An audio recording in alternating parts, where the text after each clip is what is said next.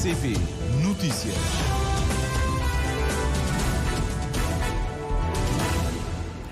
Treze horas em Cabo Verde, muito boa tarde. Vamos iniciar o Jornal da Tarde para esta quinta-feira. Abrir a conhecer os títulos.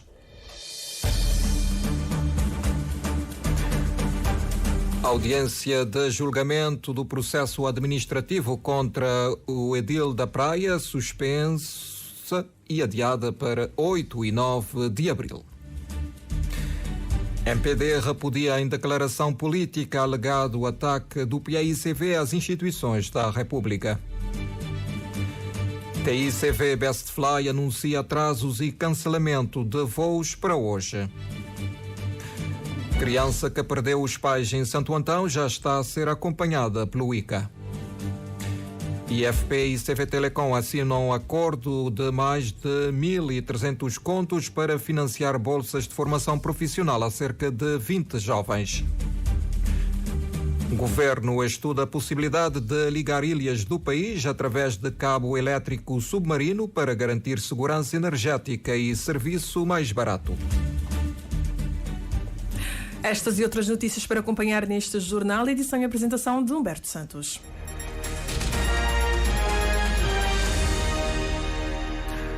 Muito boa tarde, seja bem-vindo a este jornal. A audiência de julgamento do processo administrativo contra o presidente da Câmara Municipal da Praia, movida por 2 vereadoras da bancada do MPD, foi suspensa e adiada para os dias 8 e 9 de abril. A jornalista Carmelita do Rosário junta-se a nós a partir do Campus da Justiça em Palmarejo, onde deveria começar hoje a audiência de julgamento, com mais pormenores. Boa tarde, Carmelita. O que objetiva este processo administrativo movido contra Francisco Carvalho? Muito boa tarde para ti, Humberto Santos. Boa tarde aos ouvintes da Rádio de Cabo Verde. No fundo, Humberto, a audiência de julgamento começou por volta das 10 horas da manhã. Ainda estão na sala os advogados de defesa e da acusação e também o juiz, porque o advogado da defesa veio também apresentar mais um requerimento, sendo certo que ele apresentou ontem um requerimento a pedir a nulidade da citação, o que leva exatamente a que este julgamento seja adiado para os próximos dias 8 e 9 de abril, o que não caiu bem para as testemunhas que ainda se encontram aqui no campus da Justiça. Dizer que exatamente o advogado de defesa pede esta nulidade da citação no sentido de, como ele nos disse há bocado, de reorganizar este processo e anexar também outros documentos a este processo. Mas no fundo, Humberto Santos, estamos perante esta decisão, este pedido do advogado de defesa, que é aceito tanto pelo advogado de acusação como também pelo o tribunal. Fica adiada esta audiência de julgamento.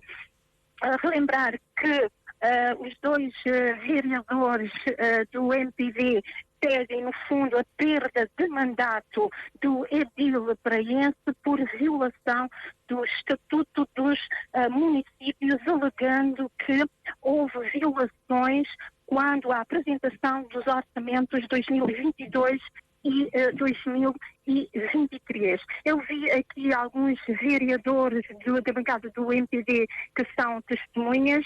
Há também um inspetor das finanças que está também rolada neste processo. Relembrar também que recai sobre Francisco Carvalho um outro processo, neste caso um processo crime, exatamente, que está na Procuradoria da República e que este processo crime, daquilo que nós conseguimos apurar, ainda está em fase de instrução. Então fica aqui esta informação, é adiada esta audiência de julgamento para os próximos dias 8 e 9 de abril próximo, que não caiu muito bem no seio das testemunhas, porque alguns dizem que têm outros compromissos.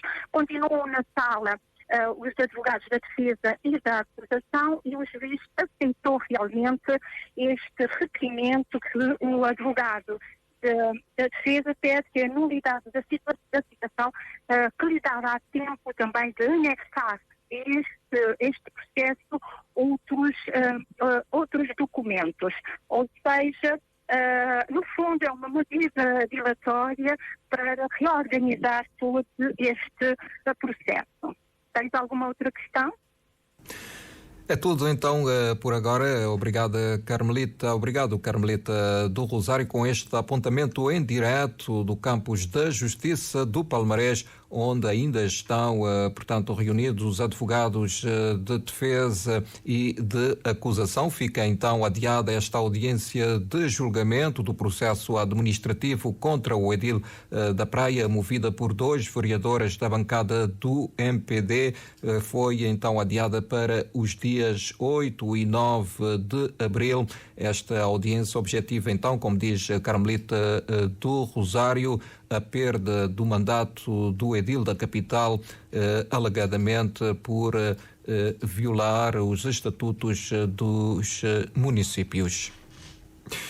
E a criança de 10 anos que perdeu os pais vítimas de violência doméstica no município do Porto Novo está a ser acompanhada pelo ICA. Em declarações à Carmelita do Rosário, Zaida Freitas garante que a instituição que dirige vai dispensar todo o apoio à menor e respectiva família. Nesta altura, sabe a RCV que o menor está em outra localidade do Porto Novo, junto dos parentes maternos, e sobre a proteção dos familiares. Para já, diz a presidente do ICA, foram feitos os primeiros contactos, porém com alguma restrição, visto a situação de dor a que a família passa neste momento. Mesmo que não seja, a instituição não seja chamada, tendo conhecimento através da comunicação social, portanto, automaticamente tentamos localizar a criança e os familiares. A abordagem inicial é sempre uma abordagem de solidariedade. Feita a primeira abordagem, o ICA vai acelerar o processo de ajuda sociopsicológico ao menor e também à respectiva família. Nestes casos, é bom saber, esclarece Zaida Freitas, quais as condições das famílias e onde se deve e pode ajudar. Fazendo uma avaliação de que a criança realmente tem condições, deve continuar na família.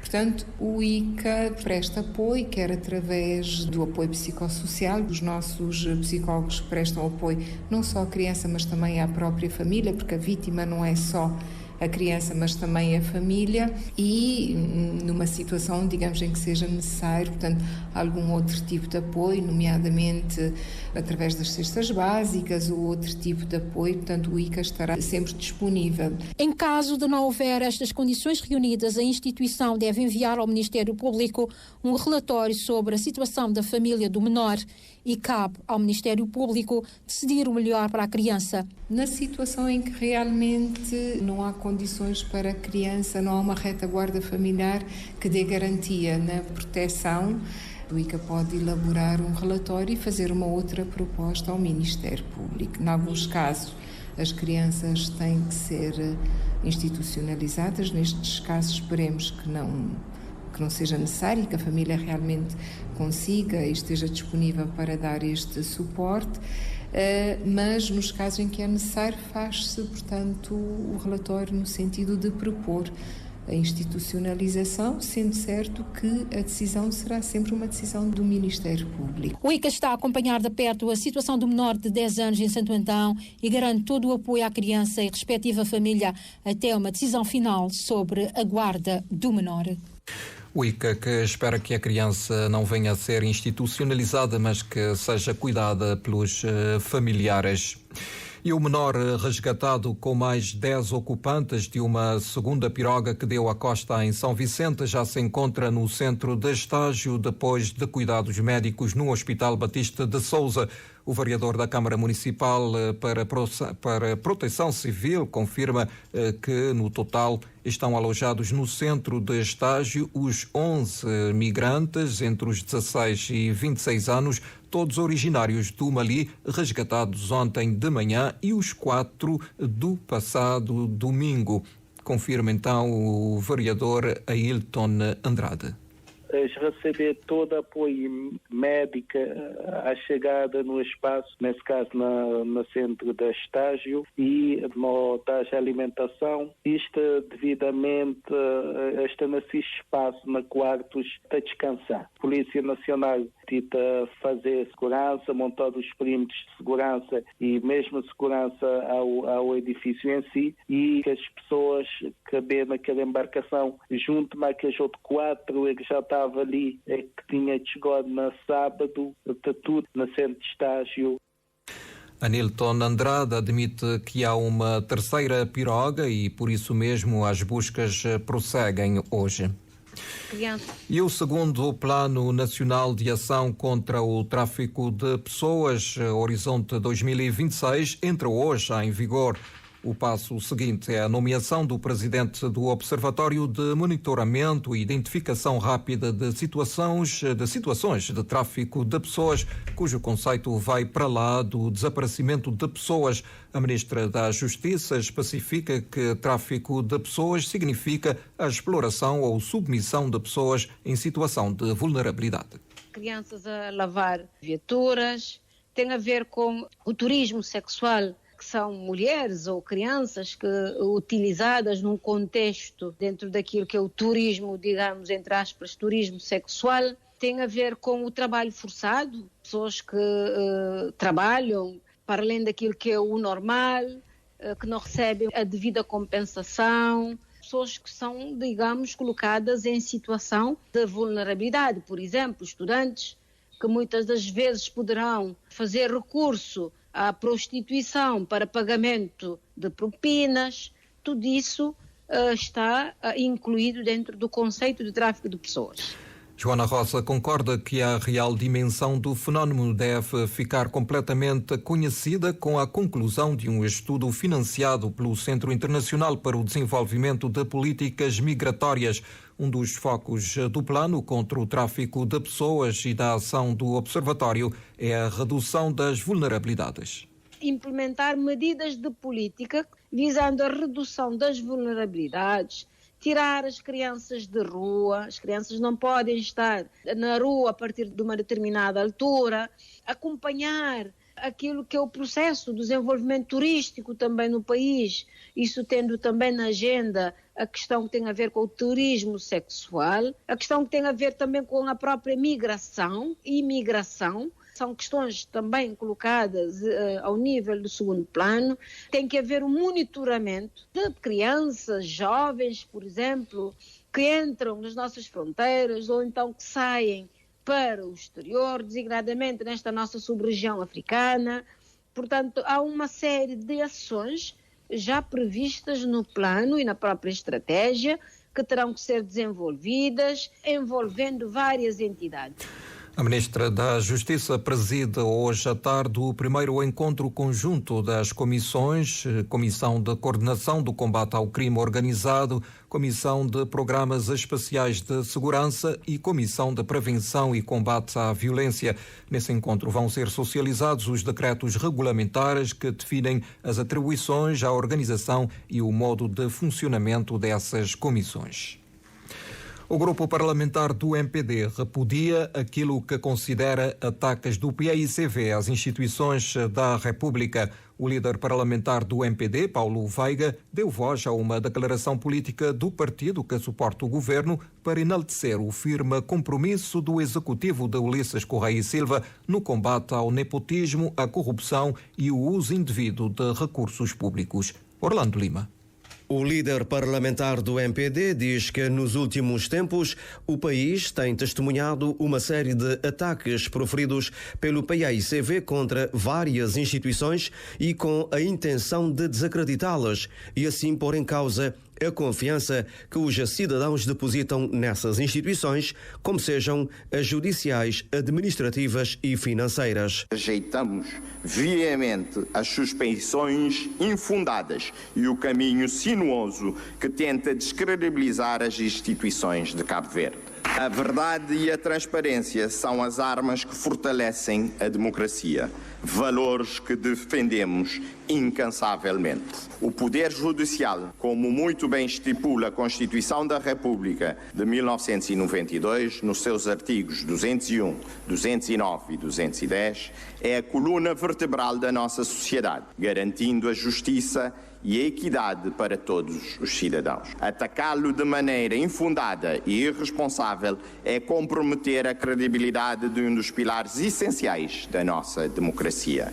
Não podemos permitir que a confiança nas decisões judiciais seja abalada por mesquinhices políticas ou estratégias bem urdidas visando condicioná-las. Paulo Veiga realça que Cabo Verde tem tido conquistas notáveis a vários níveis e o país é um exemplo de excelência em África em diversos indicadores. É motivo de orgulho que na classificação da governança pública na África subsaarânia, Cabo Verde figure como líder. Esta posição reflete a eficácia e a responsabilidade das instituições do país no desenvolvimento e implementação de políticas que promovem o bem-estar da população e garantem uma administração pública exemplar. O reconhecimento pela Freedom House, que nos nomeia como o país mais livre da África no índice da percepção da corrupção pelo segundo ano consecutivo, é uma realização extraordinária. Este feito ressalta o comprometimento de Cabo Verde na luta contra a corrupção, assegurando uma gestão transparente e íntegra dos recursos públicos. Em reação, o deputado Rui Semedo diz que o grupo parlamentar do PAICV estranha a declaração política do MPD. E justifica porquê. Porque o PAICV nunca atacou a justiça. Não há nenhum exemplo do PAICV a atacar a justiça. Estamos num Estado de Direito Democrático e no Estado de Direito Democrático respeita-se a independência dos órgãos, a isenção dos órgãos e nós também respeitamos a justiça que queremos-la justa. Justa para todos os cidadãos. Isso não nos impede de discordar com algumas questões. Mas respeitamos sempre a justiça. E nós não atacamos a justiça. Mas é tão grave o ataque à justiça que às vezes o MPD faz, como a pressão sobre a justiça que também o MPD faz. Tudo isso é grave. A maior vergonha que já tivemos com ataque à justiça foram intervenções feitas aqui nesta Casa Parlamentar, na década de 90. Que levou à demissão em bloco do Supremo Tribunal da Justiça.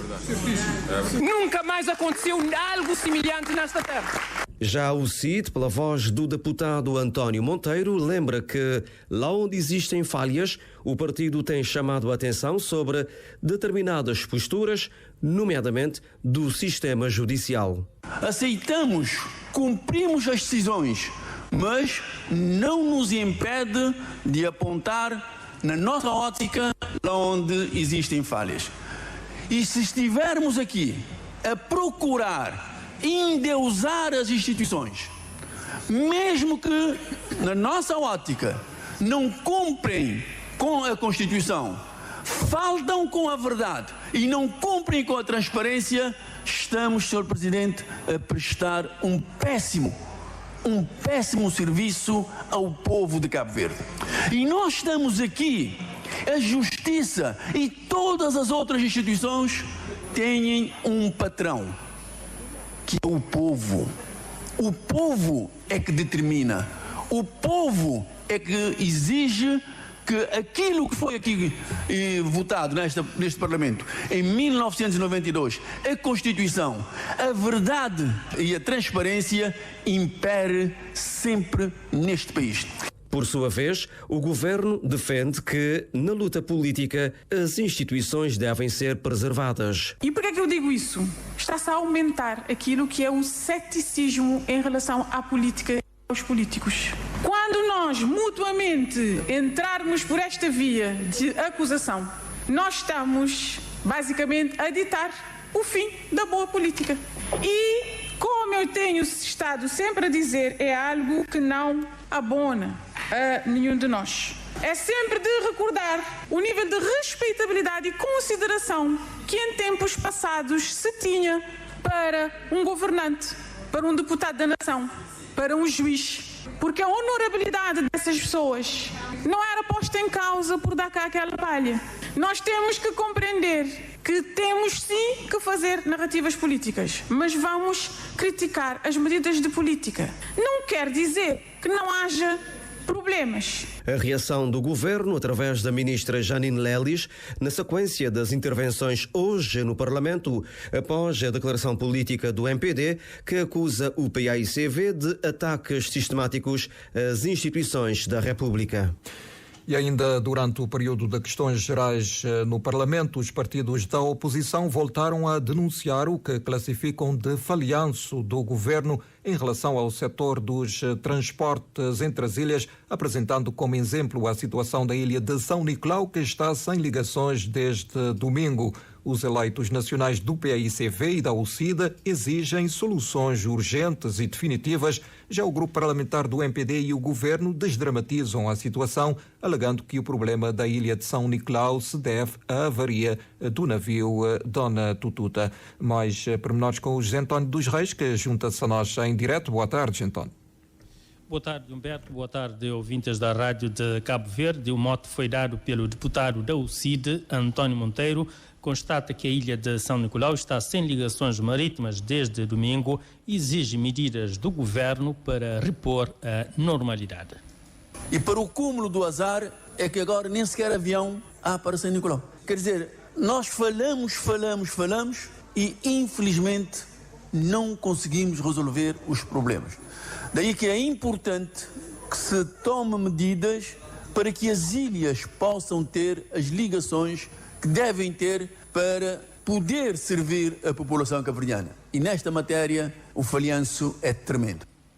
Na mesma linha, o deputado do PAICV, eleito por São Nicolau, desabafa que a ilha está a ser castigada pela governação central e local, apontando como exemplo a penúria de água e os problemas frequentes de transportes de e para a ilha. O parlamentar do maior partido da oposição, Hipólito Barreto, concluiu que o povo de São Nicolau continua a viver em confinamento, apesar da Covid-19 já ter sido eliminado. O grupo parlamentar do Movimento para a Democracia reagiu, desdramatizando o problema dos transportes. João Gomes considerou que é um problema pontual.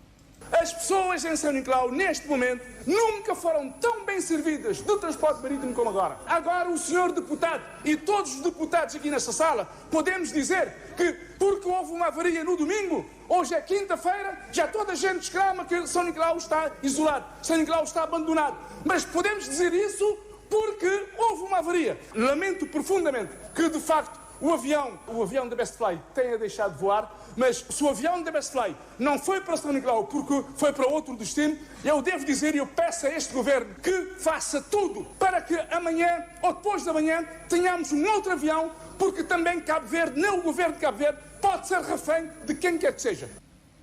O grupo parlamentar do Partido Africano da Independência de Cabo Verde voltou à carga denunciando passageiros em terra hoje nas ilhas do Maio, São Nicolau e Fogo, sem qualquer explicação. O deputado Luís Pires exigiu soluções ao governo. Hoje, do que está pirinhoso, nem que as 11 Boeing que nos prometer, nem que os 5 barcos que nos prometer, que nos quer trazer. Dos tapirinhos, pelo menos aquele avião para transportar doentes que tem ainda que chega. Para Deus ajuda o nosso povo para que a doença esses dias. Do te espera, mas aquele único condão de avião que do teneba, que já vai manutenção, mas que até fica mais daquele que vai merca que cabe nunca mais. Para ninguém que trazer ali resto de avião na Holanda, para o mais grave, estrangeiro bem panhando nosso avião dentro do nosso próprio terra. Esse governo está a gerir transporte e mais a gerir uma taberna. Sobre o problema dos transportes, o ministro, ou melhor, neste caso, a ministra da Presidência do Conselho de Ministros, Janine Lelis, esclareceu que essas preocupações sobre os transportes interilhas já tinham sido respondidas pelo ministro dos Transportes, Carlos Santos, ontem no Instituto de Perguntas ao Governo. Dizer ainda que já no período da ordem do dia, os parlamentares deram seguimento à discussão na especialidade da proposta proposta de lei que aprova o Código de Justiça Militar e neste momento terminaram, portanto, a sessão no período da manhã no artigo 158 e vão retomar os trabalhos a partir das 14h30 com a discussão, portanto, na especialidade deste Código de Justiça Militar. Portanto, este ponto, Humberto, a Rádio Cabo Verde não vai transmitir, sendo certo que regressaremos a essa transmissão amanhã com a interpelação ao Governo. Muito bem, José António dos Reis, não vamos transmitir, mas vamos continuar a acompanhar. Ainda sobre os transportes, dizer que a TICV Bestfly advertiu hoje os seus passageiros de cancelamentos e atrasos nos voos devido à necessidade de manutenção do ATR 72600 na França. Conforme o comunicado da companhia aérea, devido a atrasos na disponibilização de uma aeronave de substituição em Cabo Verde, a Bestfly foi forçada a operar exclusivamente com o Embraer ERJ-145.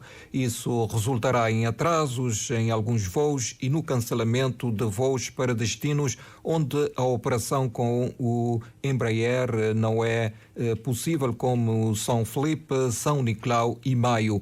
Para hoje, a companhia anunciou o cancelamento dos voos SAL, São Nicolau, SAL e Praia Fogo Praia. A empresa ainda não tem uma reprogramação definida para esses voos, pois está a aguardar a confirmação da chegada de uma aeronave ATR em Cabo Verde que poderá operar os voos de São Nicolau e Fogo a partir do dia 8 de março. De salientar que no passado dia 26 de fevereiro a companhia aérea garantiu que neste momento o objetivo maior é assegurar que a sua operação esteja estabilizada até início do verão de 2024.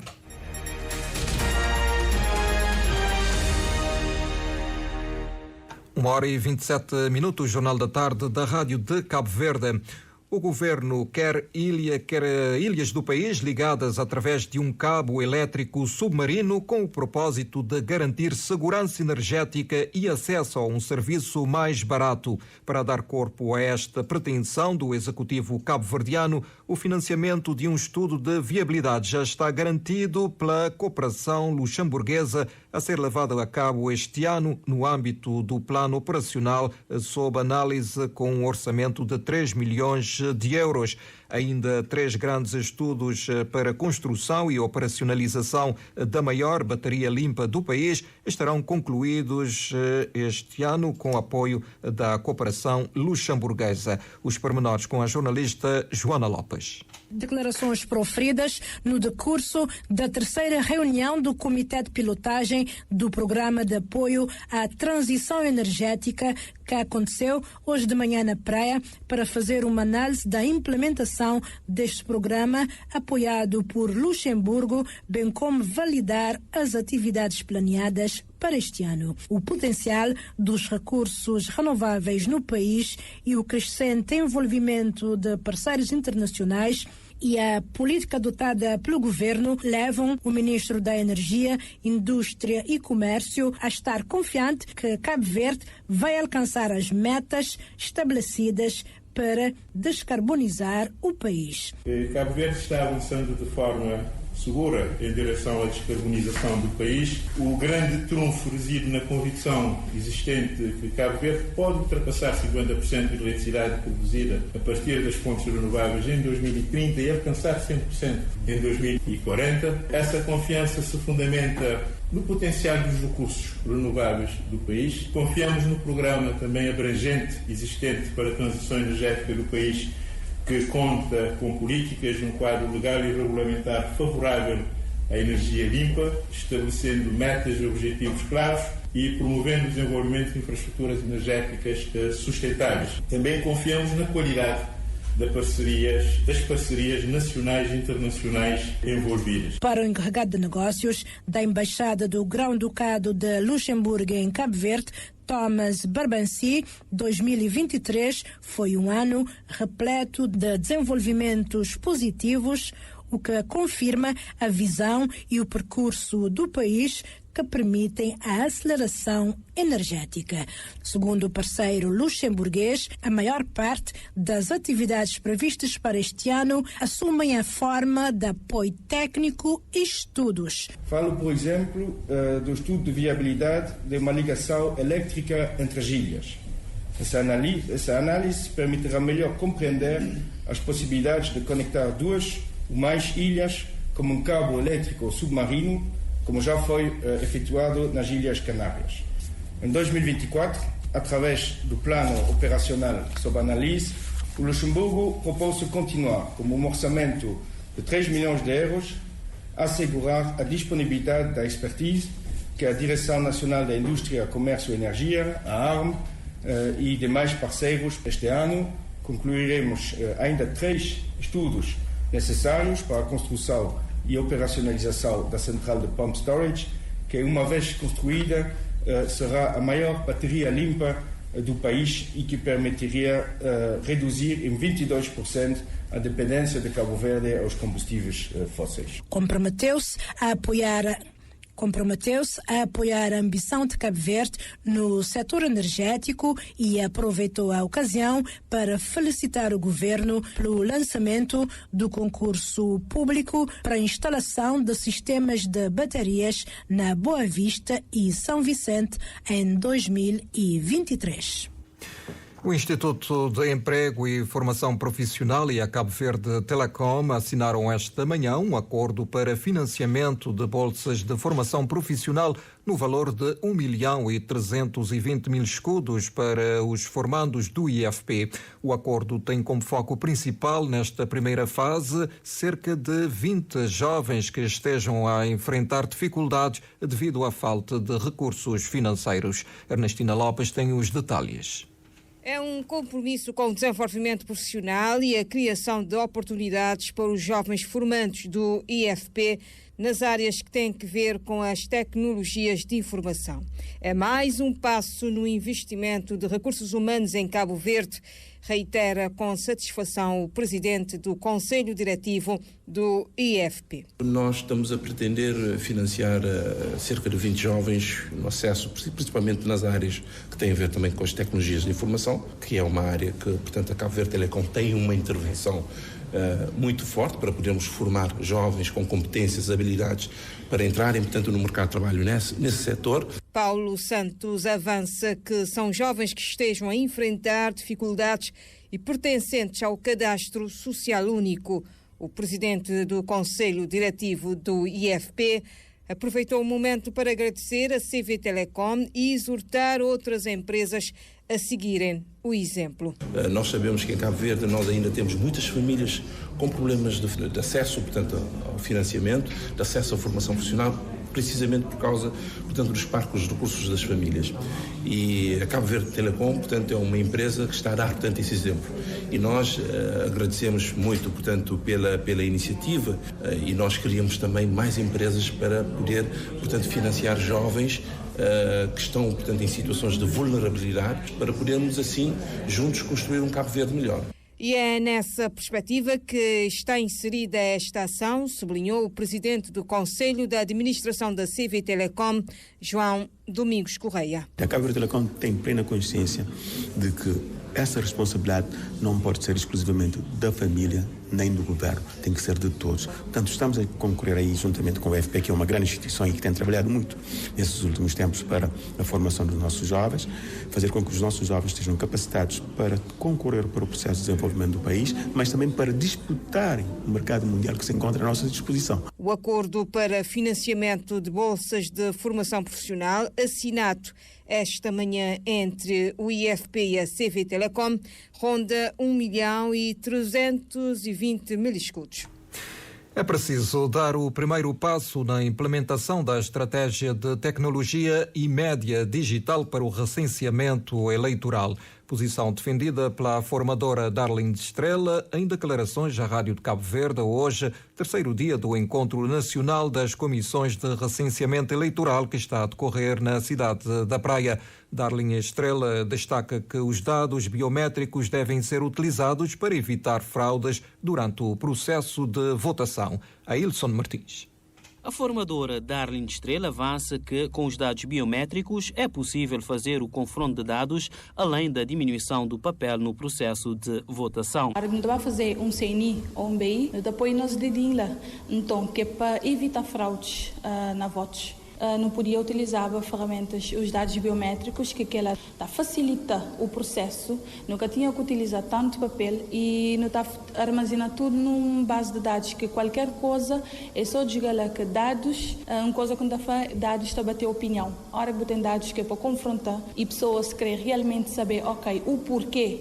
Vou ter dados para mostrar porquê que ela está funcionando. E outra estratégia que eu trazer foi que foi utilizado na México no 2020, onde é que o pessoal utiliza de mídias pagas, que é para fazer publicidade direcionada para jovens de determinada idade, com conteúdos mais interativos, em formato de vídeos, e que ela teve um grande sucesso na México na época, no 2020. Este encheu a adesão de jovens daquela idade lá na todo o processo de recenseamento. Questionada se Cabo Verde já reúne todas as condições para a implementação das estratégias de tecnologia e mídia digital para o recenseamento eleitoral, Darlene Estrela diz que não, mas é preciso dar o primeiro passo. Ainda não, mas mais vale não começar agora do que esperar mais para frente. Se nunca dá o primeiro passo, nunca não está a saber se realmente não está 100% preparado. E coisas é tentativa e erro, que funciona agora, que tem problema, não está estudando, não saber o porquê que funciona. Próximo ano, dali a uns anos, não está bem que estratégias novas e que soluções mais exatas para aquele determinado problema que não encontra há uns anos atrás, por exemplo. O Encontro Nacional das Comissões de Recenseamento Eleitoral está a decorrer desde o dia 5 de março e que termina hoje. É realizado pela Direção-Geral de Apoio ao Processo Eleitoral em parceria com a Comissão Nacional das Eleições. A situação da dengue no município de São Filipe, na Ilha do Fogo, está bastante controlada e a meta é chegar ao mês de abril sem a doença, avançou a delegada de saúde local. O município contabiliza até o momento um total acumulado de 544 casos suspeitos, dos quais 283 foram confirmados positivos através de testes PCR ou rápido. Pormenores com Elcio Andrade. Nos meados de 2009 e 2010, a Ilha do Fogo foi fustigada por uma epidemia da dengue, sobretudo no município de São Filipe. Em novembro de 2023, mais de uma década depois, a Delegacia de Saúde de São Filipe voltou a notificar novos casos suspeitos de dengue em números que preocupam as autoridades. Para dar combate à doença foi criada uma Comissão Municipal de Saúde, composta por várias instituições, entre as quais Delegacia de Saúde, Câmara Municipal, Proteção Civil, Cruz Vermelha, Ministério da Agricultura e Ambiente, entre outras. Quase 4 meses depois, a delegada de saúde de São Filipe, Joana Alves, considera que a situação está bastante controlada. Olha, como é a evolução, é de se esperar a evolução de qualquer epidemia, tivemos o nosso pico, desde novembro, tivemos pico de dezembro, janeiro, e agora estamos na descida, 3 meses, quase 4 meses de luta. Então já estamos com a situação bastante controlada aqui no município de São Filipe. Nas últimas semanas, 2 semanas, temos uma descida considerável no número de casos. Tivemos uma semana passada com 9 casos e um apenas confirmado. E essa semana já estamos com 2 casos e apenas um confirmado. O município contabiliza até o momento um total acumulado de 544 casos suspeitos, dos quais 283 foram confirmados positivos através de testes PCR ou rápido NS1. A Comissão Municipal de Saúde tem reunido todas as semanas e no último encontro foram traçadas novas estratégias de combate, conforme explicou a delegada. As lutas, as estratégias que traçamos é ir nas escolas, trabalhar com os alunos, ir nas comunidades. Sabemos que temos essa dificuldade e luta contra a dengue sem a comunidade não vai ser vencida. Então, traçamos estratégias a longo prazo, como eu disse, vamos fazer uma mega campanha de limpeza durante a época pré-chuva, ou seja, todo o mês de maio. Vamos dedicar campanha de limpeza nas zonas mais críticas do município, tentarmos combater o mosquito e não ter uma nova epidemia na época de chuva. Neste momento, o combate conta com o apoio da Organização Mundial de Saúde e no terreno estão agentes de sensibilização, colocação de abate e pulverizadores. Até porque a população mais informada é uma arma de luta contra a dengue. Então atualmente estamos nas zonas de interiores, até porque já terminamos sensibilização aqui na cidade de São Filipe, e acredito que até nossa meta é mês de abril sem dengue. Quanto ao município de Santa Catarina do Fogo, a situação mantém-se controlada e não há registro de casos positivos, apenas suspeitos. A delegada de saúde, Joana Alves, terminou apelando à população para um juntamão nessa luta contra a dengue.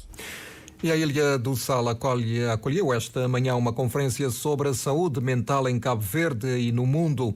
A conferência enquadra-se no programa da 11ª edição do programa Rotas do Arquipélago da Universidade de Santiago, que está a decorrer de 2 a 9 de março na ilha. Uma forma, jornalista Vítor Souza, de consciencializar a sociedade para a promoção da saúde mental e o bem-estar psicológico das pessoas. Sal foi a ilha escolhida este ano para acolher a 11ª edição do programa Rotas do Arquipélago. Tendo em conta que o ano de 2024 foi declarado o ano da saúde mental, a Universidade de Santiago promoveu uma conferência sobre cenários de saúde mental em Cabo Verde e no mundo. Marcília Fernandes, chefe do Departamento de Ciências, Saúde, Ambiente e Tecnologia da Universidade de Santiago e diretora da UES Virtual, falam-nos dos principais temas abordados. Nós vamos discutir os desafios da saúde mental no mundo, de uma forma geral. Vamos traçar o retrato da Ilha do Sal e também trazer as principais situações que afetam a saúde mental, as principais patologias da saúde mental e, por fim, trazer a programação da Universidade de Santiago nesse processo de promoção da saúde mental. Vamos apresentar o nosso gabinete de promoção de saúde mental da Universidade de Santiago e trazer exemplos do que temos feito, também recolher subsídios de como é que podemos melhorar a nossa performance. O delegado de saúde José Rui Moreira aproveitou para reforçar a pertinência e a abrangência do tema saúde mental, que considera uma tarefa de toda a comunidade. Se fala mais da doença mental, mas portanto, a tónica de ter escolhido o ano 2024 como ano da saúde mental é para enfatizar que nós temos doença mental, mas nós temos que ter saúde mental.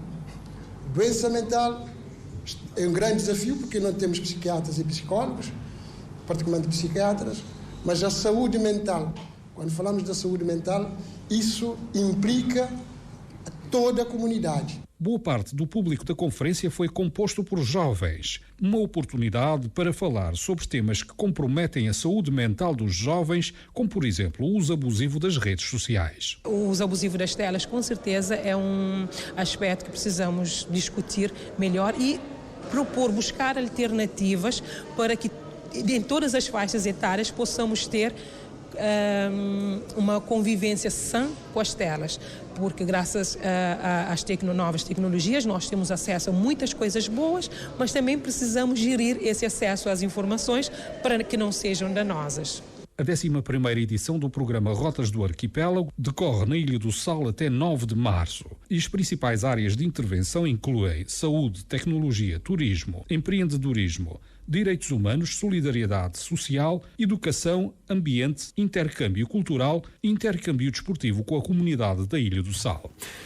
O Sindicato Nacional dos Trabalhadores da Administração Pública, SINTAP, promove em Mindelo uma formação sobre o papel da formação no movimento sindical em Cabo Verde, com vista a melhor capacitar os seus delegados e dirigentes sindicais. Uma formação que, segundo o presidente do SINTAP, Jorge Coelho, venha na sequência do protocolo assinado em setembro entre o sindicato e a ONG IPRODIAL, Instituto para a Promoção do Diálogo Social e Liberdade Sindical.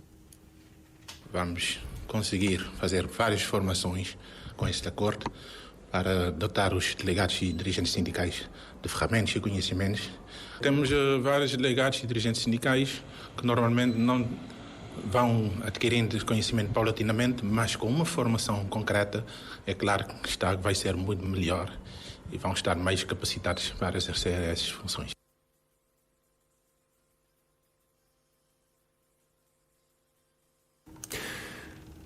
A anteceder à formação, o Sintap fez o lançamento do seu website, uma ferramenta criada com o objetivo de aumentar a interatividade entre os sócios e a direção do sindicato.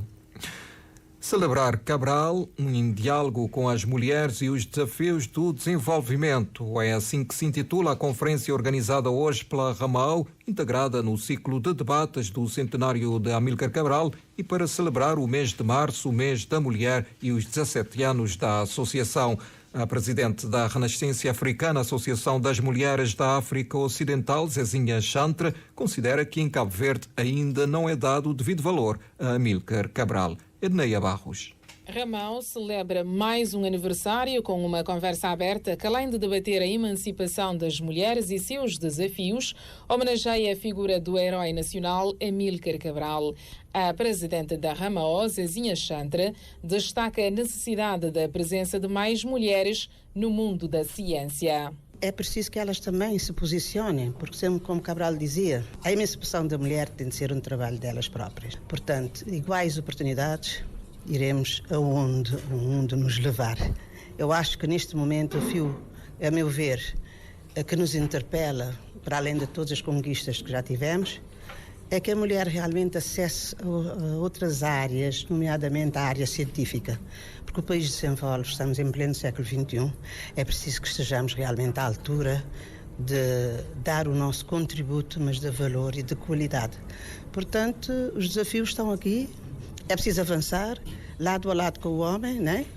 Porque nós nascemos iguais. A combatente da liberdade da pátria considera que o líder imortal precisa ser mais valorizado. Apelar aos jovens, sobretudo, que são o futuro deste país, que devem revisitar Cabral, que devem estudar Cabral, porque Cabral realmente não nos pertence, extravasou a Guiné e Cabo Verde, extravasou o continente africano e tornou-se realmente um líder mundialmente reconhecido. Infelizmente em Cabo Verde, ainda por motivos diversos que não vale a pena trazer para aqui agora, Cabral ainda não teve o seu devido valor. A conversa aberta sob o lema Celebrar Cabral, em diálogo com as mulheres e os desafios do desenvolvimento, foi realizada em parceria com a Universidade Pública.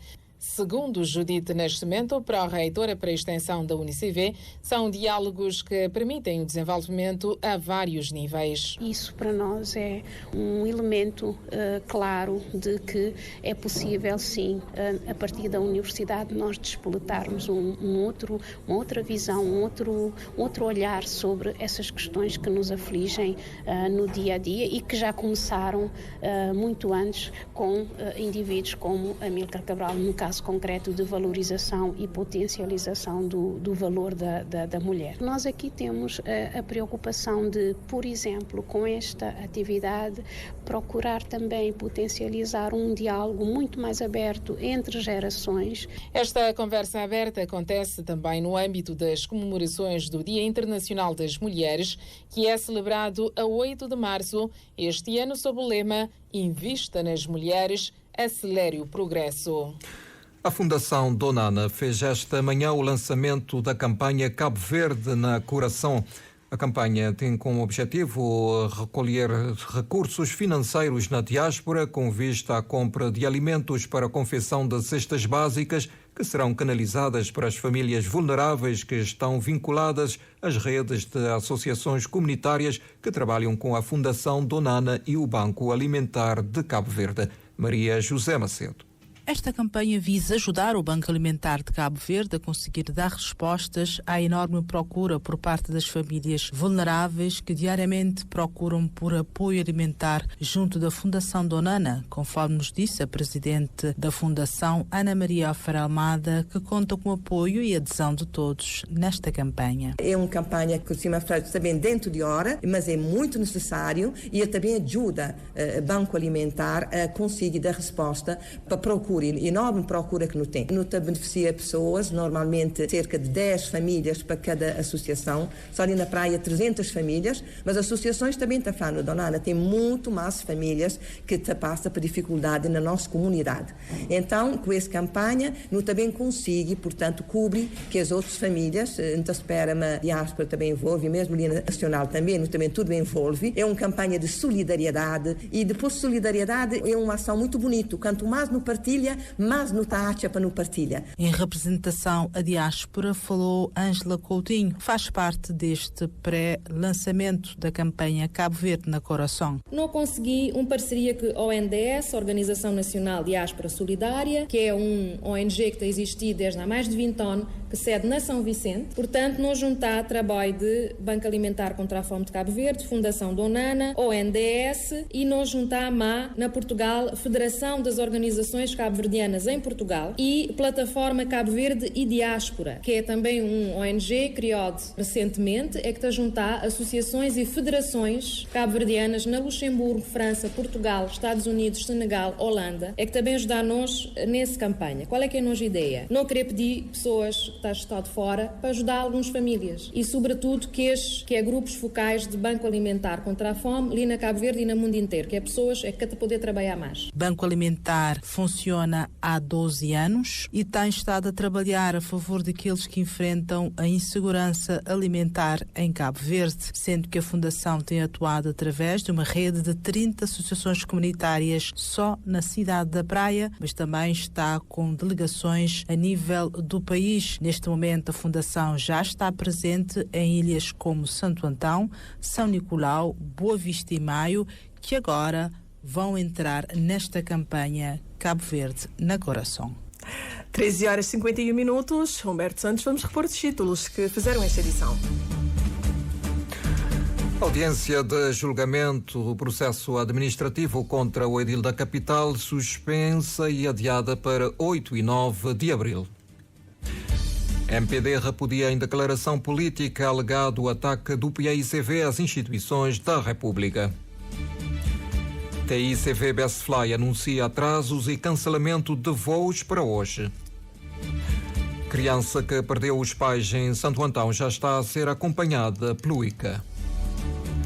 IFP e CV Telecom assinam um acordo de mais de 1.300 contos para financiar bolsas de formação profissional a cerca de 20 jovens. O governo estuda a possibilidade de ligar ilhas do país através de cabo elétrico submarino para garantir segurança energética e serviço mais barato.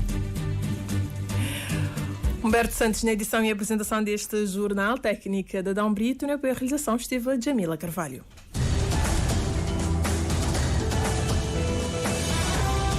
Mais informações em www.rtc.cv e na aplicação RTC Mobile. RCV, o rigor da notícia e o melhor da informação a cada hora.